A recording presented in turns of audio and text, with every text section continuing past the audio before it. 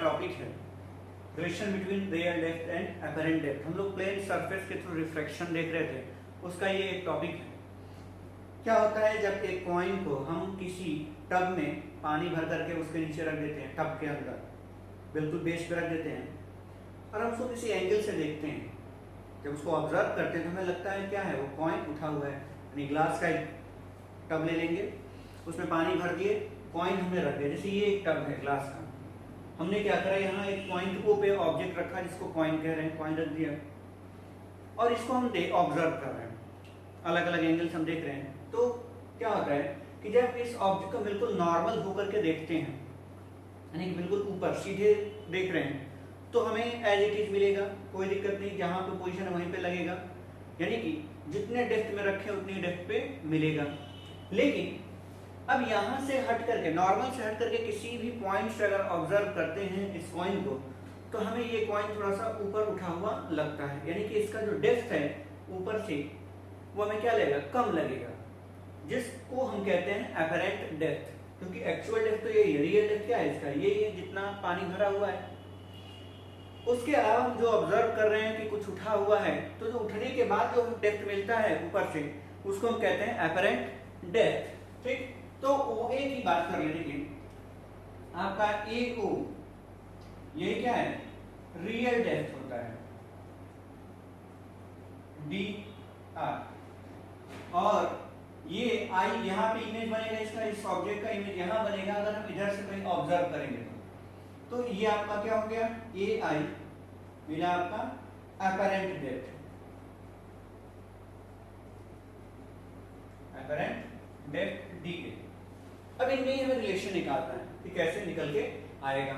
हमने क्या माना, देखिए लिखते क्या है कि लेट अस कंसीडर, हम दो मीडियम मान रहे हैं, let us consider an object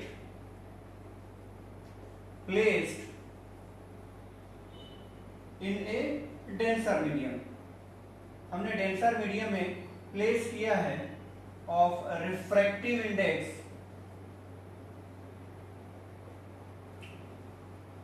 μ2। इसका हमने रिफ्रैक्टिव कितना माना है, μ2 है, और फर्स्ट मीडियम का रिफ्रैक्टिव कितना है, 1 है, μ1 है। हमारे पास ऑब्जेक्ट रखा गया है कहाँ, डेंसर मीडियम में। ठीक है, हमने मेंशन कर दिया कि रियल डेप्थ है, ये अपरेंट डेप्थ है। ऑब्जेक्ट को हमने कहाँ रखा है, पॉइंट O पे। तो ऑब्जेक्ट हमने मान लिया क्या, डेंसर मीडियम में रखा गया है। अब इसको जब हम ऑब्जर्व करेंगे, तो जब हमने नॉर्मल देखा तो हमारे पास क्या मिला, डेप्थ मिला AO। ठीक, लेकिन अगर इसके अलावा ऑब्जेक्ट से कोई और रेज निकलेगी अदर देन नॉर्मल, तो क्या होगा, ये अपने पाथ से डेविएट हो जाएगी। तो ये जो डेविएशन हो रहा है, ये क्यों हो रहा है, क्योंकि इसमें रिफ्रैक्शन हो रहा है। रिफ्रैक्शन हो रहा है तो इस पॉइंट पे आ जाए, इस पॉइंट पे हमें क्या मिल रहा है, angle of incidence, angle of refraction, ये मिल रहा है। अगर हम यहाँ पे स्नेल्स लॉ लगाएं at point B, Snell's law लगा दें तो क्या मिलेगा, Snell's law at point B। तो पॉइंट B पे आपको क्या मिल रहा है, object sorry light rays denser से रेयर में जा रही है तो नॉर्मल से दूर भाग रही है।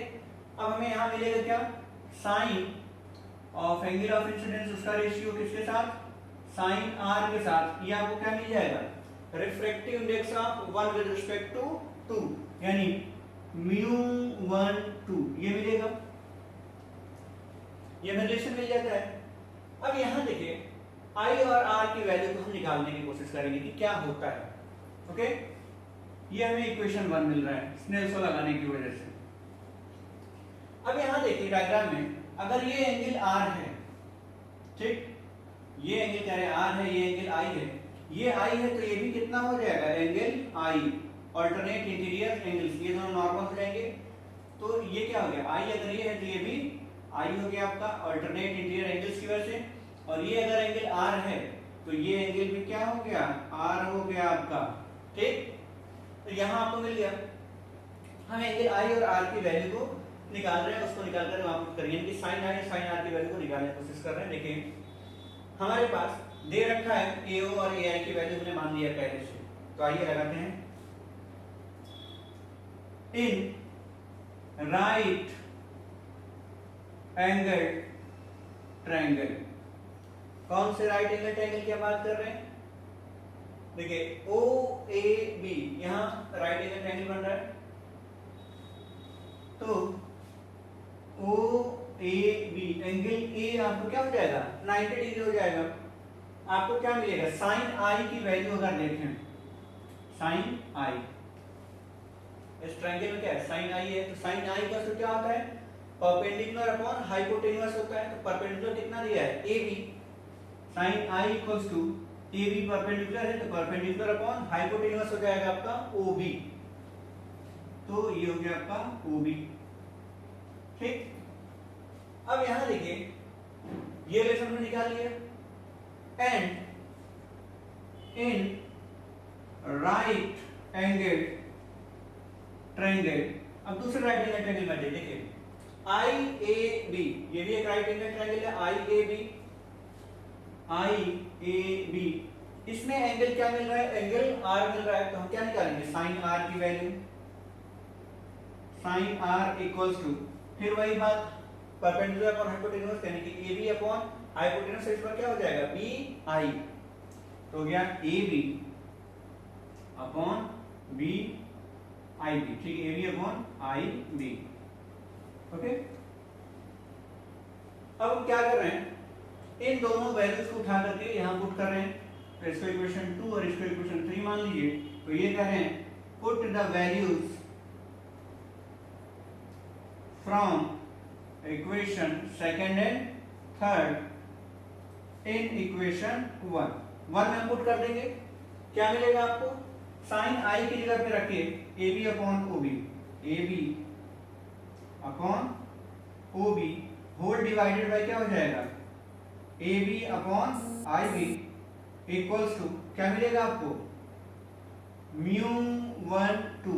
ठीक, देखिए ए बी से ए बी कैंसिल हो गया, तो यहां हमें क्या मिल जाएगा mu 1 2 equals to I B upon O B, ये आई बी ऊपर चला गया I B upon O B मिला,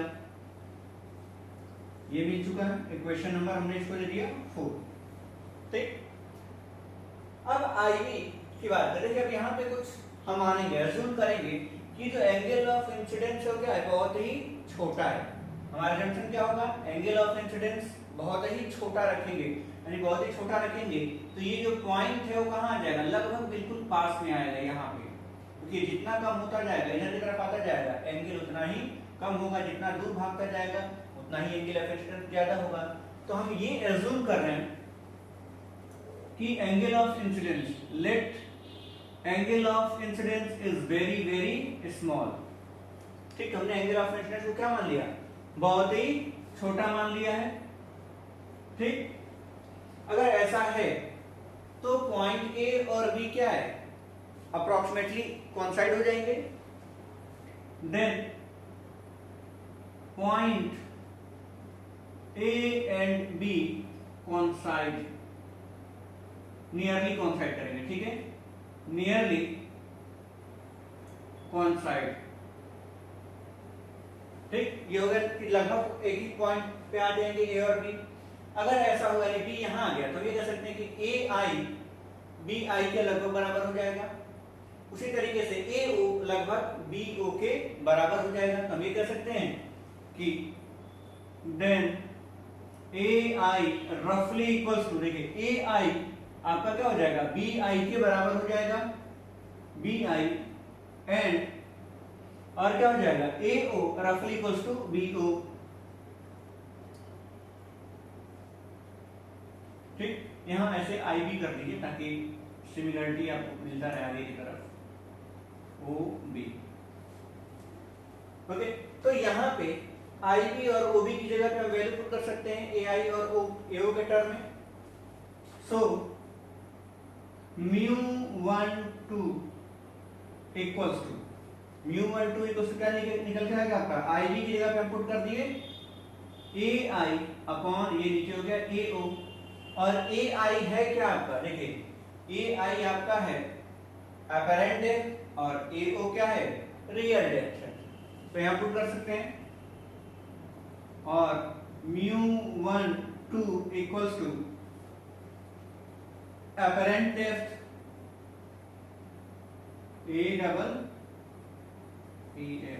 apparent depth upon real depth. लेकिन अब ये देखिए यहां हमने क्या निकाला है, μ12 निकाला है, लेकिन एक्चुअल में ऑब्जेक्ट है कहां, 2 में, तो 1 का तो नहीं निकालेंगे, हम किसका निकालेंगे, 2 का निकालेंगे।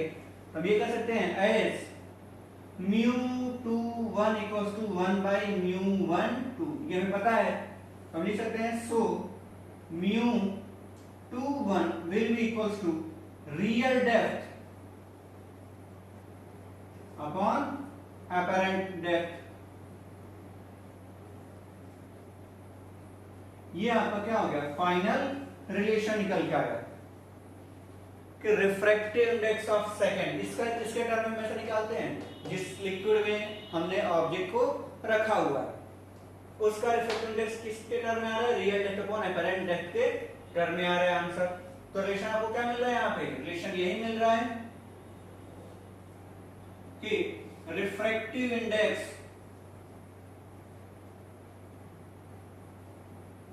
is equals to real depth upon apparent depth। तो ये रिलेशन आपको याद रखना है इसके टर्म में, और ये रिफ्रैक्टिव इंडेक्स इसका है, इस लिक्विड का है जिसमें ऑब्जेक्ट को हमने प्लेस किया है।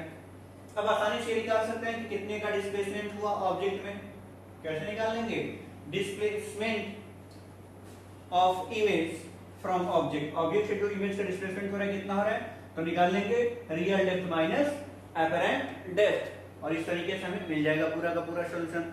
तो ये होता है कि किसी भी ऑब्जेक्ट को जब हम किसी लिक्विड में रख रहे हैं तो उसका इमेज उठा हुआ प्रतीत होता है, यानी कि कुछ उसका डेप्थ कम लगता है। क्यों लगता है आपको बताया, क्योंकि रिफ्लेक्शन हो रहा है, वहां पे लाइट वापस आपके पास जा रही है, तो डेंसर से रेयर में जा रही है, इसलिए उठा हुआ लगता है। क्या रिलेशन होगा उसके एक्चुअल डेप्थ में और जो हम ऑब्जर्व कर रहे हैं एपरेंट डेप्थ उसमें, वो हमने निकाला, और कैसे डिस्प्लेसमेंट निकालेंगे वो भी आपको बता दिया। चलिए आज के लिए इतना ही करें।